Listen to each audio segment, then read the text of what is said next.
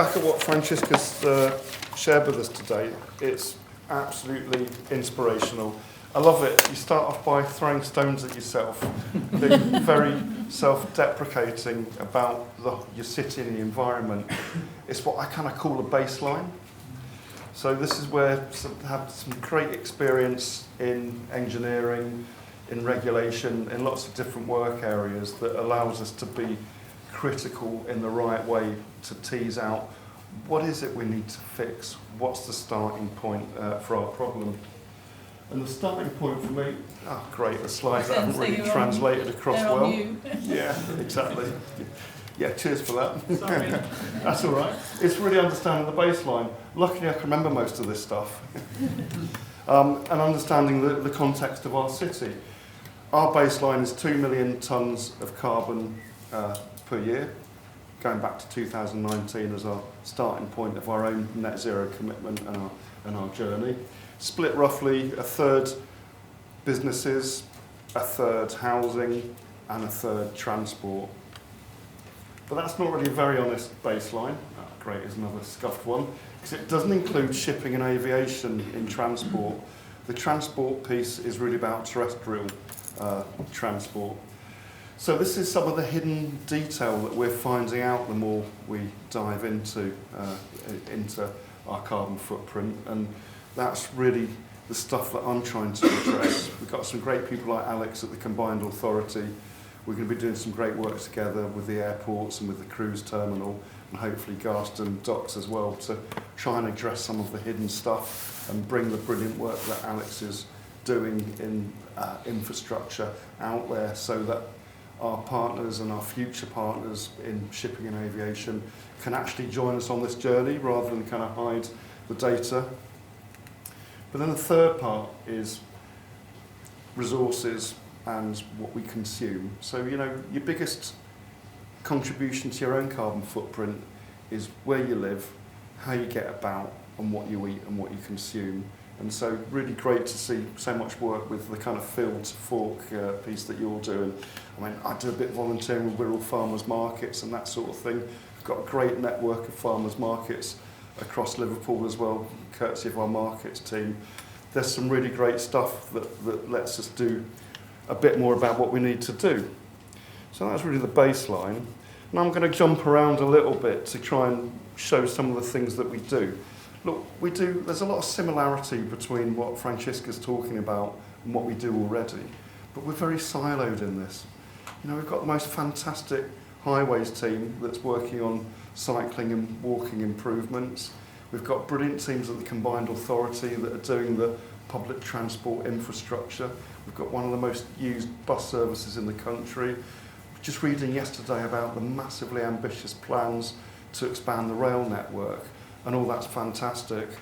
And here we are trying to look at where the gaps are in this sort of stuff.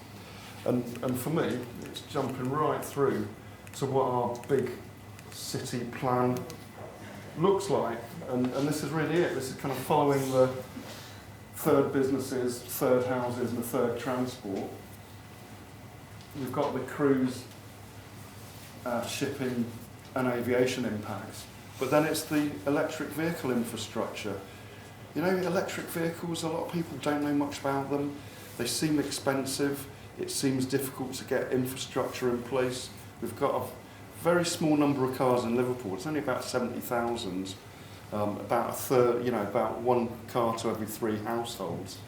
But nonetheless, if we don't pick up the problem of how do we get 70,000 EV charging points across the city, we're not going to enable all of our citizens. And, you know, we've got the second highest number of EV chargers outside of London. It's roughly around 1,500. Again, thanks to our brilliant highways team and the funding they've been able to get. But we've now got to enable 70,000 EV charging. That fits in quite well with some of our other plans. We're looking to literally retrofit every single house in the city. And if we roll fitting the charging points in with that, then we're going to start to get somewhere. We're also looking at how we can provide cheap and sustainable heat. So district heat networks is something we're doing a lot of work in at the moment, because we can retrofit all we like. We've got heritage buildings that leak like sieves. We've got lots of great plans for this stuff. But with all these plans, and the attributes of leave no one behind is a really great thing to have. But to have all these great plans, here we are, kind of techno-smart arses in ivory towers working away at this stuff. The thing that I picked up from Tallinn a couple of weeks ago, the thing that I picked up from you today is some of the huge gaps that we've got. And those gaps are around engaging our communities. Now let me introduce you to my busiest slide yet. You might want a pair of glasses to understand what it means. But following a couple of hours with Tallinn and having a brilliant pre-meeting with Francesca and having a quick glimpse at our slides a couple of days ago, this is where my brain is at now with what does engagement mean? And engagement isn't going out there and telling people what we want to do. It's not going out there and saying, we've got all the answers, we're brilliant, now do you want a white heat pump or a silver heat pump? We're going to get the door slammed in our faces, like the experience that Cadent realised in Ellesmere Port in the village of Stoke when they were trialling hydrogen versus heat pump technology. And all the residents went, you know what, you can forget it, I won't be coal fire. Really don't want to go down this route. So the first part of the journey for us is citizen engagement. That's making a big noise, that's telling the city that we've got a problem. We're on a mission, and I love that. Do you mind if I pinch that? Because on a mission is a really great Liverpool expression anyway, and that feels really right. I mean, Wirral's got cool Wirral, which is quite good, but it's really not as good as on a mission, is it? That's just amazing.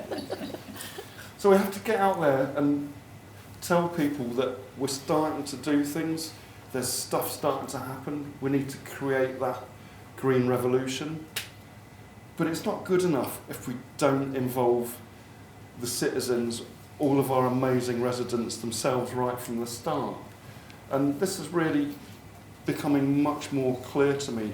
If we come out in 2 years' time saying we've got these great plans, I don't think we're going to go very far. If we look to bring in our citizens now, we've got some brilliant councillors, we've got some brilliant neighbourhood managers, we've got some brilliant partners, Onward Homes and some of our great friends out there that have already got links to people. We can start to bring people into what we're doing, and we can sit side by side and design this stuff together so it works for them. We've got different questions like, is it going to be a light touch retrofit? Is it going to be really deep retrofit? Light touch means you don't get displaced, you can stay in your home whilst we throw up a few solar panels, we can potentially do a bit of heat pump technology. The deeper we go when it comes to proper insulation, internal wall insulation, external, and ventilation systems that run throughout the home, all these things are great. They get us off carbon and they cure problems with indoor air quality and address damp and health problems associated with them and everything. Brilliant, but what would you rather have? Be moved out of your house for 5 days into temporary accommodation and have very little energy bills again in the future, or just the light touch, which means you're not inconvenienced and you're still paying heavily on your energy bills? I know what I'd prefer, but we need to go out there and ask our residents this problem. We've got lots of friends here, Ed working in housing associations, trying to green what they're doing as well. This is a really fantastic opportunity to actually bring our citizens on board with us now and work this sort of stuff out. The thought of having no energy bills ever, or very low energy bills, is obviously a very attractive one, but it also makes a lot of sense for carbon. We could actually become net zero.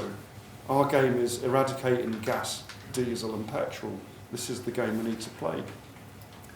Then we realised through the inspirational work in Valencia and through the inspirational work in Tallinn that there's a big thing missing, and that's demonstration. What I've seen today, what I saw a couple of weeks ago, was parks, schools, kids, communal areas, cycling, walking, yoga, beaches, volleyball, all the sort of stuff that gets people to see that the city is going through a green transition, is going to make it easier for us to have that conversation and bring people into it. I mean, we're really at the starting point of this journey. I've been lucky enough to have been employed by Liverpool City Council for just over 2 years now, and I've used that time to work out what the baseline is, who the partners are, and then started working with our partners to try and pull this stuff up. That's how we've got a plan that looks at what we can do with the infrastructure, and there's all the stuff we haven't told you about as well. Electrifying the city overnight will probably cause all the cables in the ground to melt. So we have to be very clear about how we can do this sustainably so we don't do that to the city.